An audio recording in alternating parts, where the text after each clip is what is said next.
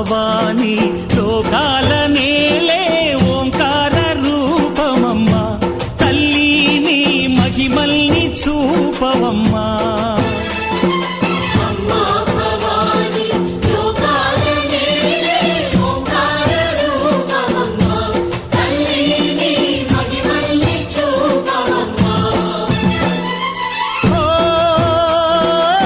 సృష్టికే దీపమా శక్తికే మూలమా సింహరథమే నీదమ్మా అమ్మ దుర్గమ్మ భక్తులను దీవించుమా